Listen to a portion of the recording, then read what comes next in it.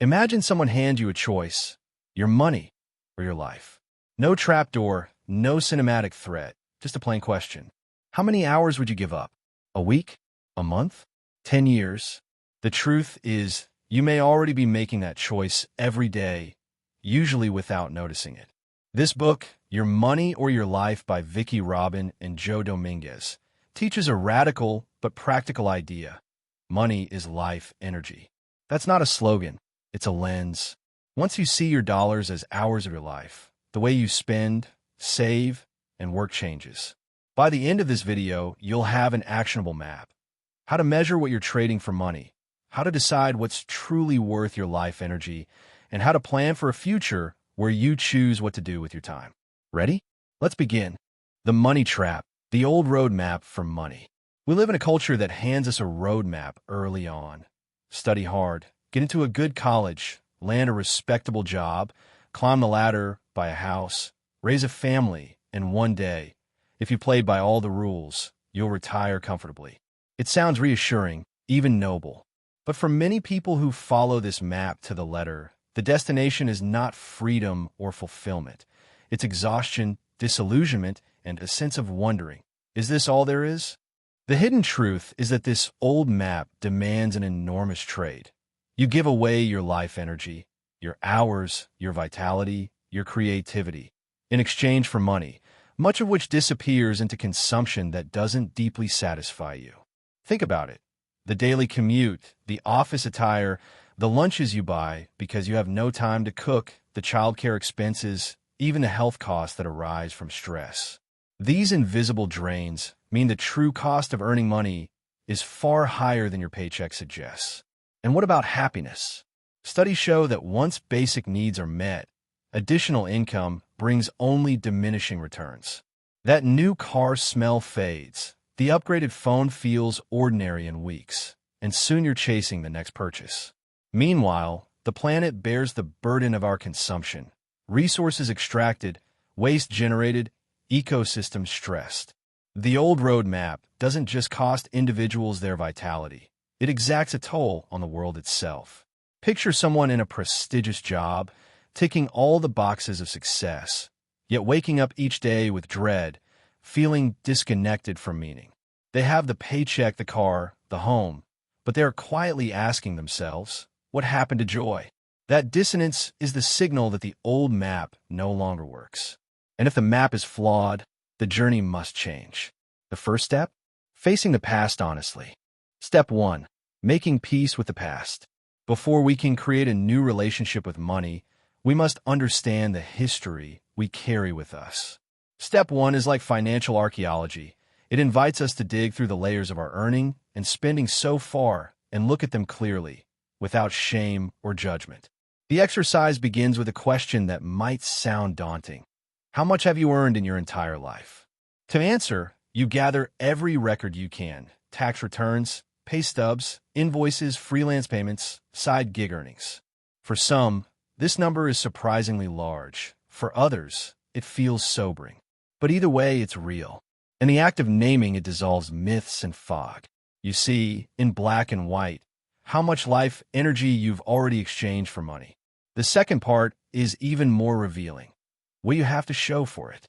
This is where you build your personal balance sheet, listing every asset, savings, property, investments, possessions, and every liability, debts, loans, obligations.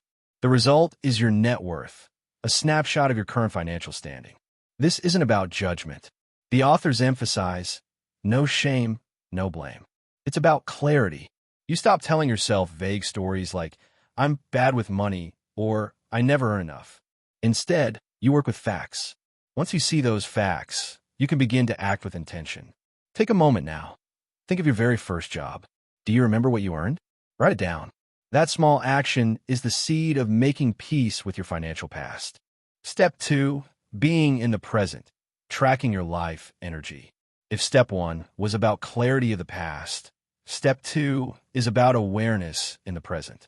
Here's the radical idea at the heart of the book. Money is life energy.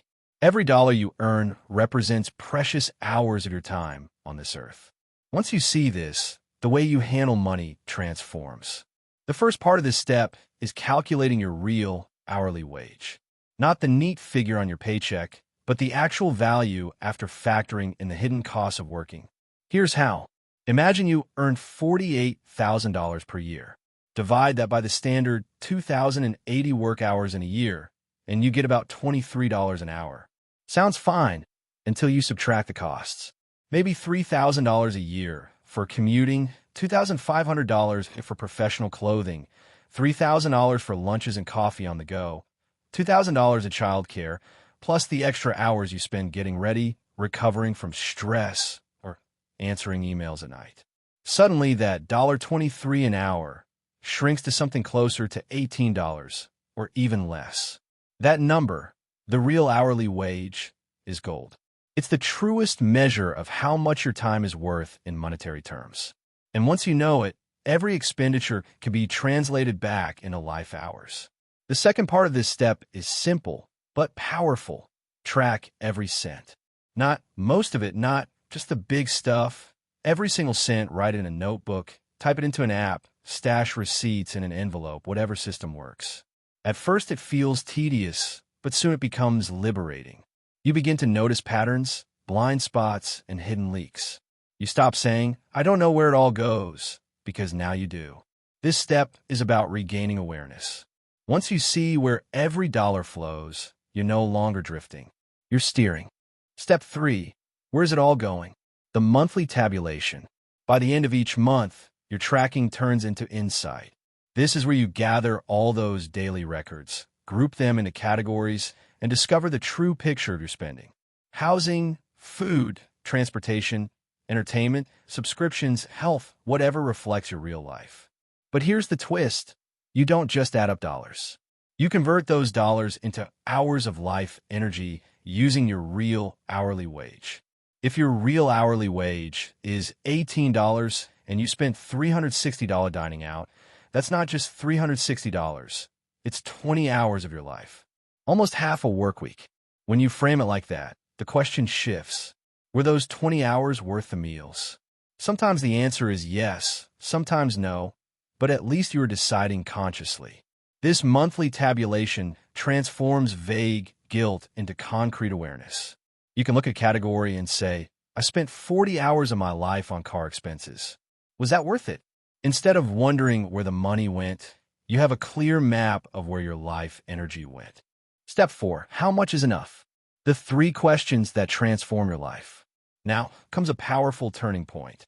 With your expenses laid out in hours of life energy, you begin to ask 3 simple but profound questions for each category. First, did I receive fulfillment, satisfaction, and value in proportion to the life energy I spent? Was it worth it? Not in theory, but in lived experience. Second, is this expenditure aligned with my values and life purpose?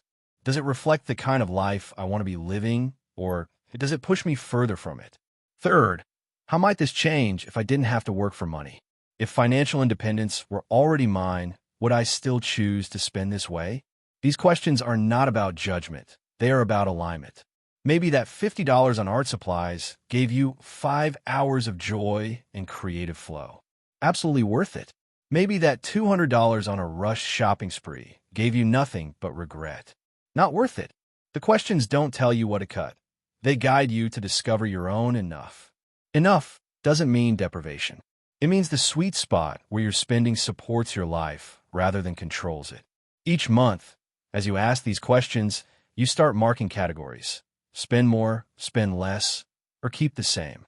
Over time, these small adjustments accumulate into massive freedom. Imagine applying this lens to your commute. You spend hundreds of hours and thousands of dollars each year driving to work. Do you feel fulfilled by it? Probably not. Is it aligned with your values? Unless your value is sitting in traffic, probably not. Would you still do it if you didn't need the paycheck? Definitely not.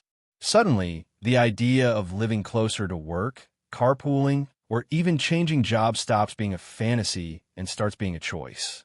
Step 4 is where money stops being abstract and becomes deeply personal. It's where you begin to design a life based on what truly matters, hour by hour, dollar by dollar. Step 5, making life energy visible. At this stage, you have tracked your expenses, converted them into hours of life energy, and asked yourself the hard questions about what is enough. Now comes the act of turning invisible numbers into a visible daily reminder. Step 5 invites you to create a wall chart or a digital equivalent that displays your progress in plain sight. Imagine a graph with two lines. One line shows your monthly income, the other your monthly expenses. Each month, as you record the totals, you plot new points and watch the lines move. Over time, you will see whether your expenses are shrinking, whether your income is rising, and how much space you are creating between the two. This visual is not just data, it is motivation. It whispers to you daily, reminding you that your choices matter and that progress is happening. Why make it visible? Because our relationship with money is often hidden in shame or secrecy. By placing this chart where you see it every day, on a wall, on your fridge, or as a screensaver, you bring money out of the shadows. You no longer hide from your finances, you engage with them. And as the months roll on, the chart becomes a record of transformation, proof that you are steering your own course. Step 6, the American dream on a shoestring. Once your spending is visible, the next natural question arises: how do I lower expenses without sacrificing joy? Step 6 shows you that frugality is not deprivation, it is freedom. It is the art of spending less while living more. This step is about creativity and mindfulness. It is about distinguishing between wants that fade and wants that genuinely enrich life. Cooking at home, for example, is not just about saving money. It can be healthier, more satisfying, and a chance to connect with family or friends. Repairing items instead of replacing them builds skill and pride. Choosing experiences over possessions often creates memories that last longer than any object. The key is to cut costs that don't truly serve you. Cancel subscriptions you don't use. Negotiate lower bills. Walk or bike instead of driving short distances. Swap expensive status purchases for simpler joys. Over time, these choices accumulate into significant savings. Savings that are measured not just in dollars, but in reclaimed hours of life energy. What you discover is that the American dream does not require endless consumption. It can be lived fully on a modest budget, as long as your spending reflects your values and priorities. True wealth is not how much you consume, but how much freedom you have to live on your own terms. Step 7. For love or money, valuing your life energy at work. As expenses shrink and freedom grows, attention naturally shifts to the other side of the equation: income. Step 7 is about valuing your life energy in the workplace and exploring ways to increase income ethically and intentionally. The first realization is that work itself is not just a transaction of hours for dollars. Work can provide structure, community, and meaning, but it can also drain energy if it is out of alignment with your values. So this step begins with reflection. What is your work giving you, and what is it costing you? From there, the book suggests practical ways to raise income. Ask for a raise, develop a side hustle, switch roles, or learn new skills that increase your value. The key is not to chase money blindly, but to seek income in ways that respect your life energy. When you align earning with your skills and values, income grows without eroding meaning. This is also the moment to see work differently. If you're lowering expenses and saving aggressively, you may not need as much income as you once thought. Suddenly, the question becomes not, how do I earn more to spend more, but how do I earn enough to live freely? That subtle shift transforms the way you approach your career and your choices. Step 8. Catching fire, the crossover point. Step 8 introduces one of the most powerful images in the book, the crossover point. This is the moment when your monthly investment income equals or surpasses your monthly expenses. It is the symbolic and practical threshold of financial independence. Picture your wall chart again. Now, at a third line, the income generated by your invested capital. Each month, as your savings grow and compound, that line rises. Expenses, if managed well, remain steady or decline. At some point, the lines cross. That is the crossover point. The moment when your money works for you, producing enough income to cover your needs without requiring you to trade hours of your life. The beauty of this concept is that it redefines retirement. Financial independence is not about waiting until you are 65 to stop working. It is about reaching the point where you no longer need to work for money. After that, any work you do is by choice, for meaning, for passion, or for service. The crossover point is the door to freedom, and it is attainable much earlier than traditional culture suggests. Step 9. Where to stash your cash for long-term financial freedom. By the time you're saving consistently and approaching the crossover point, a new challenge appears. Where to put the money so it grows safely and steadily. Step 9 addresses this by offering a framework for investing. The book emphasizes 3 categories: capital, cushion, and cash. Capital is the money that generates income, investments in bonds, index funds, real estate, or other conservative vehicles that produce reliable returns. Cushion is your emergency fund, cash set aside for unexpected events so you don't have to sell investments in a crisis. Cash is the surplus you continue to save, ready to be directed into capital as opportunities arise. The strategy here is not about speculation or chasing quick gains. It is about steady, dependable growth that supports financial independence. The goal is income you can rely on, not volatility that keeps you awake at night. For some, that means government bonds or broad market index funds.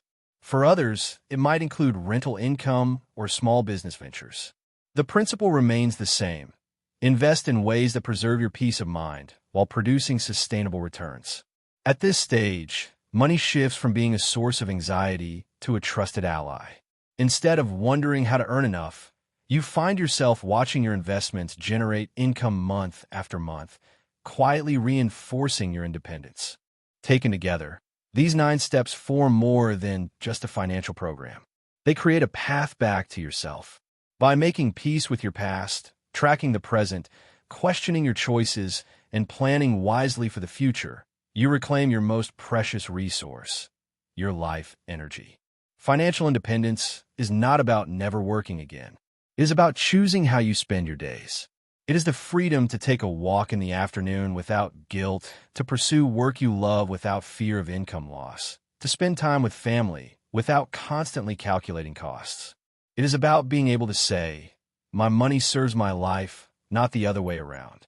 The ultimate lesson of your money or your life is simple but profound. Every dollar is a piece of your life. When you recognize this truth, you stop wasting both. You begin to design a life where money and meaning work together. And in doing so, you give yourself the chance to live fully, deliberately, and freely.